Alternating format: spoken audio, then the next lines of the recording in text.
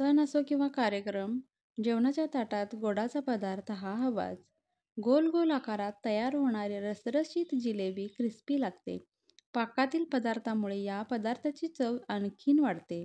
आपल्याला जर हलवाई स्टाईल घरच्या घरी जिलेबी बनवायची असेल तर ही रेसिपी नक्की ट्राय करा. कमी साहित्यात कमी वेळात झटपट जिलेबी बनते. आता मी इथे आधी जिलेबीचा पाक बनवून घेणार आहे. त्यासाठी मी 1.5 वाटी साखर घेतली.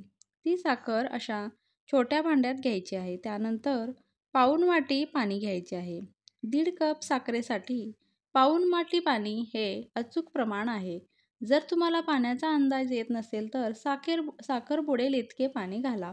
त्यानंतर 2 वेलची व 4-5 केशरच्या काड्या घेतलेत व अर्धा चमचा फूड कलर घेतलेला आहे व अर्धा चमचा लिंबाचा रस घेतलेला आहे.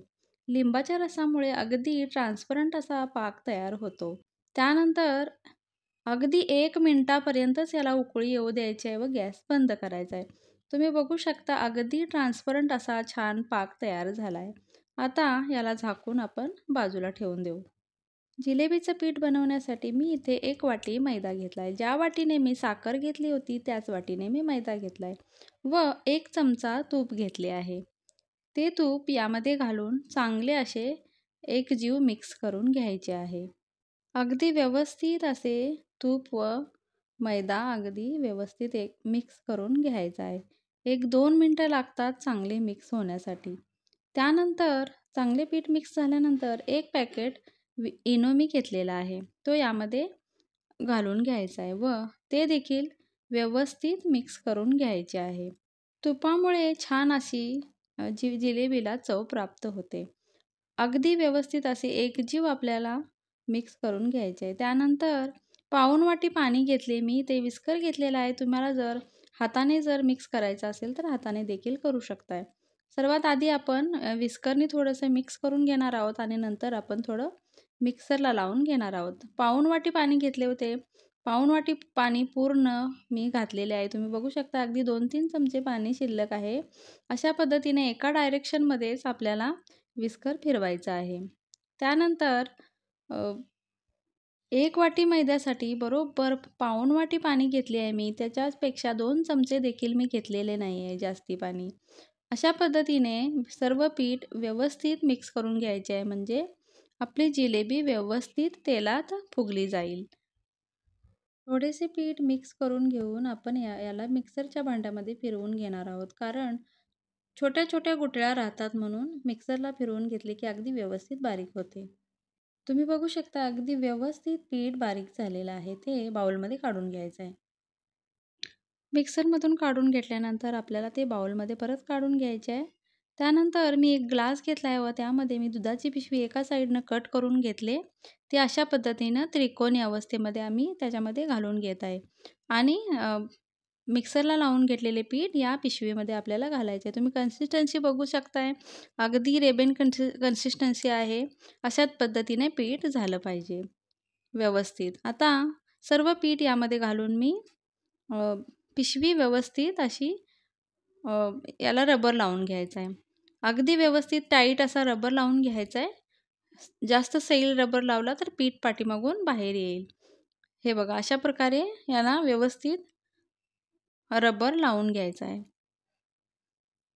व्हिडिओ शेवटपर्यंत नक्की बघा. व्हिडिओ खूप महत्त्वाचा आहे आणि जर तुम्हाला माझा व्हिडिओ आवडला तर व्हिडिओला एक लाईक व चॅनेलला सबस्क्राईब करा. अशा पद्धतीने नंतर आपल्याला थोडंसं पिशवी सैल करून घ्यायची आहे. रबर थोडा असा पाठीमागे खेचायचा आहे नाहीतर कट केल्यानंतर पिशवीचं टोक कट केल्यानंतर सगळं पीठ बाहेर येईल म्हणून. आता पॅनमध्ये मी 1 इंच एवढं तेल घालून घेतलेलं आहे. एवढंच तेल घालायचं आहे, जास्ती तेल घालायचं नाही आणि तेल तापल्यानंतर आपल्याला या पिशवीचं छोटंसं टोक कट करायचं आहे. सर्वात आधी छोटंसंच टोक कट करा. नंतर जर वाटलं तुम्हाला छोटं आहे तर नंतर तुम्ही परत याचं टोक मोठं थोडं करू शकताय. आता तेल चांगलं गरम झाल्यानंतरच आपल्याला याच्यामध्ये जिलेबी करायची आहे. नाहीतर आपली जिलेबी चपटी होते. तुम्ही बघू शकताय सुरुवातीला वाकडा तिकडा आकार येतोय पण काही हरकत नाही. आपल्याला घरातच खायचे आहेत. बाहेर कुठे द्यायच्या नाही आहेत आणि नंतर जे तुम्ही कराल ती व्यवस्थित आकारामध्ये येईल.